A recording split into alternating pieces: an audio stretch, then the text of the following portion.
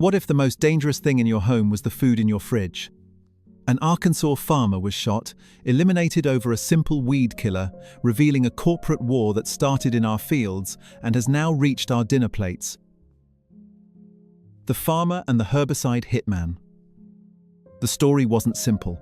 Wallace grew soybeans, but they were a special kind. They were not resistant to a powerful Monsanto herbicide called dicamba. His neighbor, however, used Monsanto's entire system, the patented seeds engineered to survive the very chemical that eliminated everything else. When Wallace noticed his own soybeans withering and dying, he knew why. The poison from his neighbor's field was drifting on the wind, a chemical trespass that he estimated was costing him $100,000. He confronted a worker from the neighboring farm to discuss the situation. The conversation soured, and it ended with Wallace's elimination on a dusty country road. This wasn't just a tragic argument between two men, it was the inevitable byproduct of a ruthless business model. Monsanto had created a system where farmers were forced to choose, either buy their genetically modified seeds and the herbicides they were designed to resist, or risk having your own crops wiped out by a neighbor who did. This strategy bred a deep and bitter resentment in rural communities, turning fields into frontiers and neighbors into enemies. The company didn't have to pull the trigger, their technology created the conflict. They had built a shadowy empire that controlled over 80% of the seeds planted in the United States, and they enforced their reign with an iron fist. The death of Mike Wallace was not an isolated tragedy. It was a symptom of a much deeper sickness. It was the story of how one company gained a godlike control over the world's food supply, turning peaceful fields into powder kegs. But this empire of fear wasn't built on a new invention, it was born from a simple family problem and a father's personal war against poison ivy. The poison ivy vendetta. Every great empire has an origin story. The one that would lead to a farmer's elimination in Arkansas began not in a secret lab, but in a suburban yard with a chemist whose children had a nasty rash.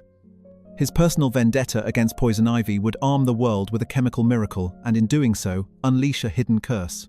The year was 1942, and a chemist, named Franklin D. Jones, had an unusual enemy. His children suffered from violent allergic reactions to the poison ivy in their yard, so he decided to wage a chemical war against the plant. He began spraying the ivy with different hormones, hoping one might disrupt its functions and eliminate it.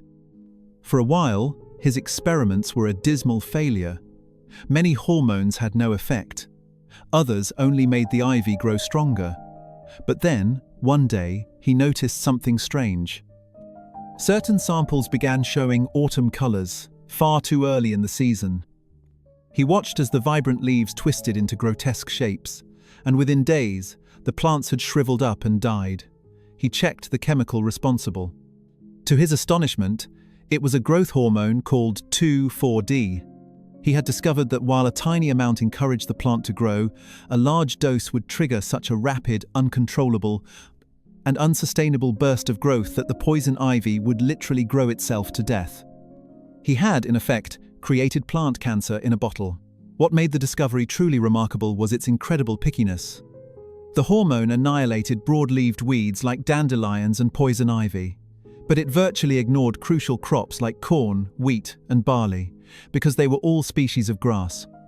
Until that moment, farmers had only two terrible options for dealing with weeds: spray their fields with dangerous poisons like arsenic, or spend endless hours pulling them out by hand.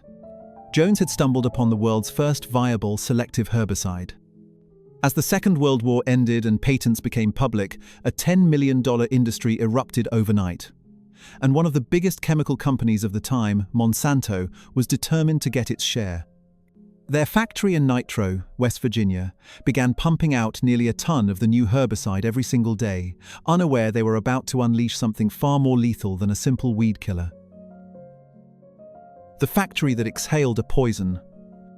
By 1949, Monsanto's herbicide business was booming. Then, their main factory in Nitro, West Virginia, exploded. The real terror wasn't the blast that sent over 100 workers running for their lives. It was the black, stinking powder that rained down from a 40-meter-high cloud, unleashing a nightmare that would haunt the town for decades. Within hours of the explosion, the men who had been showered in the fallout fell violently ill. It started with headaches and nausea, but then came the horror. Their skin began to erupt.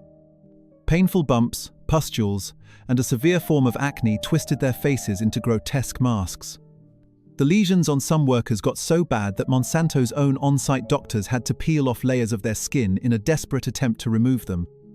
The doctors noted that when the men were in a closed room together, there was a strong, strange odor. "We believe these men," they wrote, "are excreting a foreign chemical through their skins." But neither the doctors nor the company chemists could figure out what it was. The main products, the herbicides 2,4-D and 2,4,5-T, had been marketed as perfectly safe. The original inventor had even remarked that people who accidentally drank them suffered no ill effects. Baffled and facing a medical crisis, Monsanto's search for the mysterious contaminant seemingly stopped. With no culprit identified, the company offered its poisoned workers a chilling choice: keep working with the chemicals that were destroying your body, or take the gate. For most men in a small company town, this was no choice at all. And so, the production lines kept running. For years, the men of Nitro continued to work, breathing in the poison that scarred their bodies and baffled their doctors. The ghost in their machine remained nameless, its secret locked away inside the chemical process, waiting for a German doctor, an ocean away, to finally give the monster a name. The German doctor and the rabbit's ear. For 8 long years, the poison that scarred the men of Nitro, West Virginia, remained a ghost. The mystery was finally solved an ocean away in Germany, where a dermatologist treating workers from a similar factory decided to run a simple, gruesome test on a rabbit's ear. He was looking for a contaminant, a ghost in the machine, and what he found was a monster. In 1957, a doctor named Carl Schultz was puzzled. The workers he was treating in Hamburg had the same horrific skin lesions as the men at Monsanto, but when he tested the herbicide's listed ingredients, nothing happened. He suspected the truth was hidden not in the ingredients themselves, but in the fire of the production process. He knew that making the herbicide required a reaction to be kept at a precise 170 degrees Celsius. But he theorized that if the temperature rose, even slightly, there was just enough energy for 2 molecules of an ingredient to fuse together, creating an entirely new and unwanted substance. This contaminant, a molecule called dioxin, formed in infinitesimal amounts, roughly 1 or 2 molecules for every 100,000 molecules of the final product. It seemed too small to be the problem. But when Schultz tested a sample contaminated with these trace amounts, the rabbit's ear erupted. To be certain, he then rubbed a small amount onto his own skin and developed the same signature acne. He had found the ghost. Schultz immediately alerted Germany's chemical producers, and one of them sent urgent letters to both Monsanto and their American competitor, Dow. The letters were explicit. They warned that the horrific acne was caused by dioxin contamination and even detailed how to prevent it. The warnings were a smoking gun, undeniable proof delivered directly to the companies. Yet, Monsanto would later deny ever getting the letters, while Dow claimed they had somehow been misfiled. The monster finally had a name, but in the boardrooms of America's biggest chemical companies, the truth was deliberately buried. Monsanto knew their product was poisoned, but they stayed silent because that product was about to make them a fortune in a war halfway around the world. The Devil's Reign. In 1961, the United States military faced an enemy it could not see, a guerrilla force that used the jungle as its shield. To win the war in Vietnam, the military decided it didn't need to defeat the jungle, it needed to destroy it. And Monsanto, the largest supplier for this chemical warfare program, was ready to help. The operation was called Ranch Hand. Day after day, American planes flew over South Vietnam, drenching the landscape in thousands of barrels of herbicide. Their weapon of choice was Agent Orange, a 50-50 split of the same 2 herbicides Monsanto had been producing for years. The government assured its soldiers, its allies, and the world that the chemical cocktail was harmless to humans and animals. But Monsanto and their competitor, Dow, knew this was a lie. Secretly, the 2 companies exchanged information on their products. In one letter, Dow acknowledged that the dioxin contaminant was, quote, the most toxic compound they have ever experienced, and that even trace amounts caused incapacitating illness. Yet, there are no records that either company ever sent a formal warning to the United States government. In fact, Dow's vice president reportedly said that if the government learned the truth, the entire industry would suffer. And so, for the sake of profit, they stayed silent. As a result, the military sprayed 72 million litres of Agent Orange across the country, destroying 20% of the nation's jungles. Within that chemical deluge was a mere 80 litres of pure dioxin. It was enough. The damage was irreparable. Millions of civilians and soldiers on both sides suffered from horrific skin diseases and rampant cancers. A generation of children were born with severe physical and mental disabilities. By some estimates, as many as 3 million people suffered from the effects of Agent Orange. The public was outraged. By 1967, 5,000 scientists signed a petition condemning the program. With regulators finally catching on to the poison in their products, Monsanto's miracle herbicide was about to be banned. They knew their chemicals were poisoning soldiers, but they stayed silent for profit. It begs the question, if they would lie to the military during a war, what would they tell you about the food you eat every day? The perfect killer. With their reputation in ashes and their original product exposed as a toxic nightmare, Monsanto was on the verge of collapse. Their salvation came from a forgotten research project, a final, desperate experiment by a scientist who was about to give up. The result was a compound so powerful, it was hailed as the perfect killer. For 9 years, the company's agricultural department had searched for a safe replacement for their dioxin-laced herbicide, but the initiative was considered a dead end.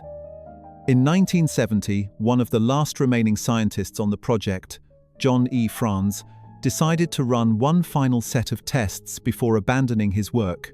He applied the second of 19 test compounds to a plant and witnessed a miracle. It was 10 times more powerful than any herbicide the team had ever seen. The compound was glyphosate. When they tested it in outdoor fields, the results were so clear, a scientist flying overhead saw the dead patches from his plane and wrote a single word across his report: Eureka. What made glyphosate so brilliant was its elegant precision. To survive, plants use a series of chemical reactions known as the Shikimate pathway to create 3 essential amino acids. Humans and animals do not have this pathway.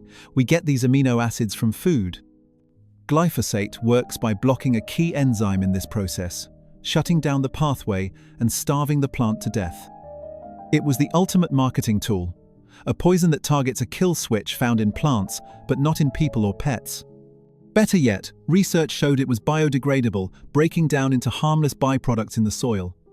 After decades of toxic products, Monsanto finally had one they were sure was safe. In 1974, they launched it under the brand name Roundup. They marketed it as safer than table salt and safe enough to drink. By the late 1980s, Roundup was a $1 billion a year blockbuster, a product so unique that Monsanto held an ironclad patent until the year 2000. They had created the perfect herbicide, but it had one crucial flaw. It was indiscriminate. It eliminated every green thing it touched, including the very crops farmers were trying to grow. The gene gun and the sludge monster. Roundup was a perfect killer, but it had one fatal flaw. It wiped out everything. To build a true monopoly, Monsanto needed to achieve the impossible and create a plant that could survive its own poison. The answer came not from a pristine lab, but from the toxic sludge of their factory floor, and it was blasted into our food supply with a gun. The race for a resistant seed was a corporate Manhattan project. While Monsanto's patent on glyphosate was secure, the patent for a resistant plant was open to anyone. When a competitor published a paper in 1985 showing they had made tobacco slightly resistant, Monsanto's researchers knew they were running out of time. Then, one of their engineers had a stroke of genius. He reasoned that if any living thing could survive pure glyphosate, it would be found in the toxic waste leaching from their own factories. Researchers scooped up the sludge and found a strain of bacteria not just surviving in the poison, but thriving in it.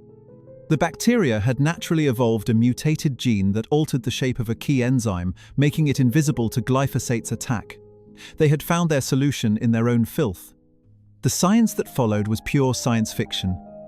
Scientists isolated the resistant gene from the bacteria and coated microscopic gold particles with thousands of copies of its DNA. They loaded these golden bullets into a device called a gene gun and fired them into plant tissue at over 1,400 kilometers per hour. The particles bombarded the plant cells, and in some, the new bacterial DNA integrated itself into the plant's own chromosomes.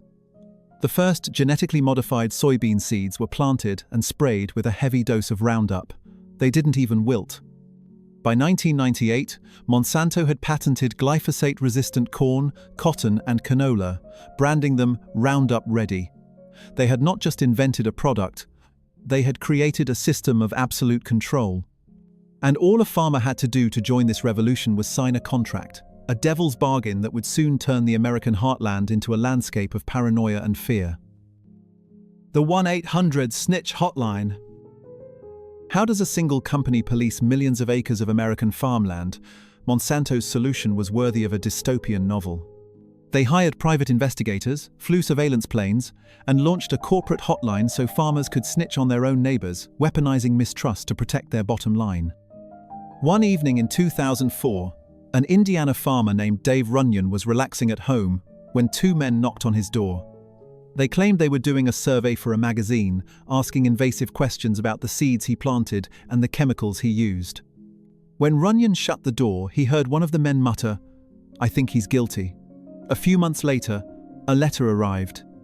It was from Monsanto, accusing him of patent infringement and demanding he turn over all his business records within 7 days or be sued.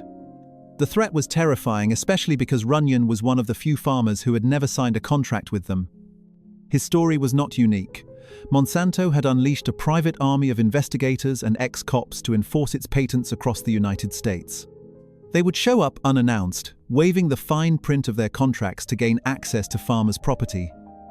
They even hired pilots to survey farmlands from above for any signs of infringement.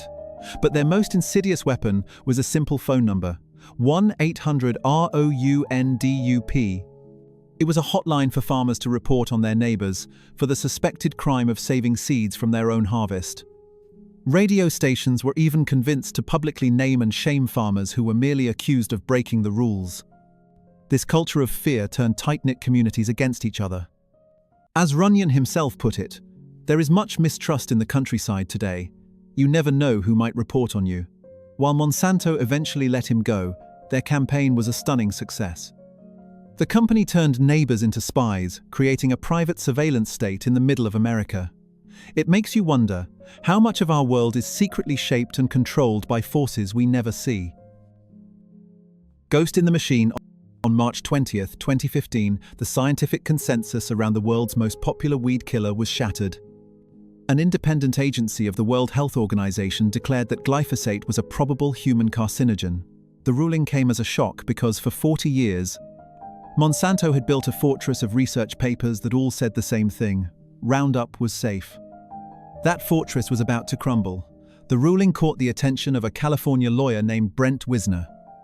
He had been hearing more and more stories of people, often farm workers, who had used Roundup for decades and were then diagnosed with a rare cancer called non-Hodgkin's lymphoma. Thinking it was more than a coincidence, he and a team of lawyers launched a lawsuit that forced Monsanto to do something unprecedented: hand over their internal documents. What they received was a treasure trove of private emails, memos, and studies that came to be known as the Monsanto Papers.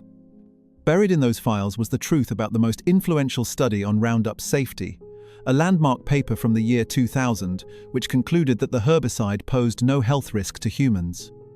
It had been cited over 1,200 times and was considered foundational by regulators worldwide. But the paper was not independent. The emails revealed it had been secretly ghostwritten by a Monsanto toxicology director named William Haydens. In a public deposition, Haydens claimed his contributions were minor and merely editorial, but his private emails told a different story.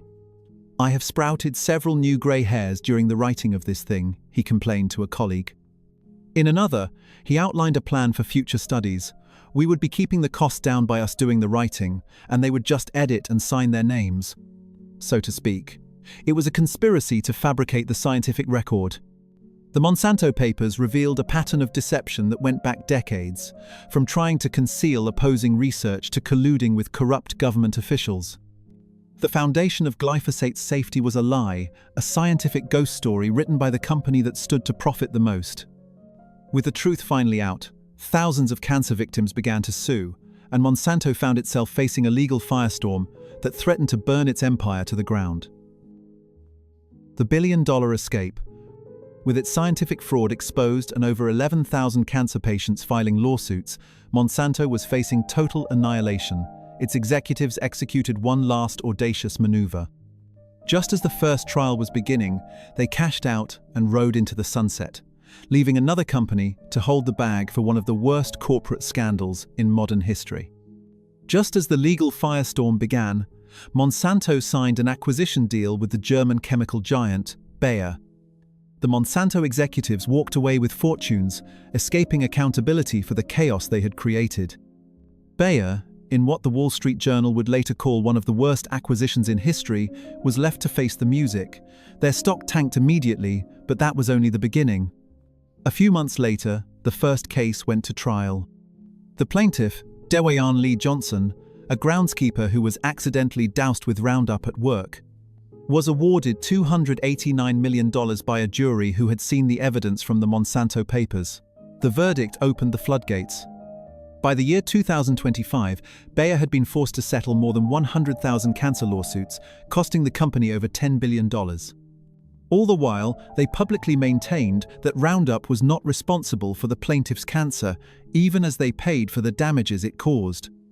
Under immense public pressure, and facing a product that was losing its effectiveness as weeds evolved resistance, Bayer finally made a change.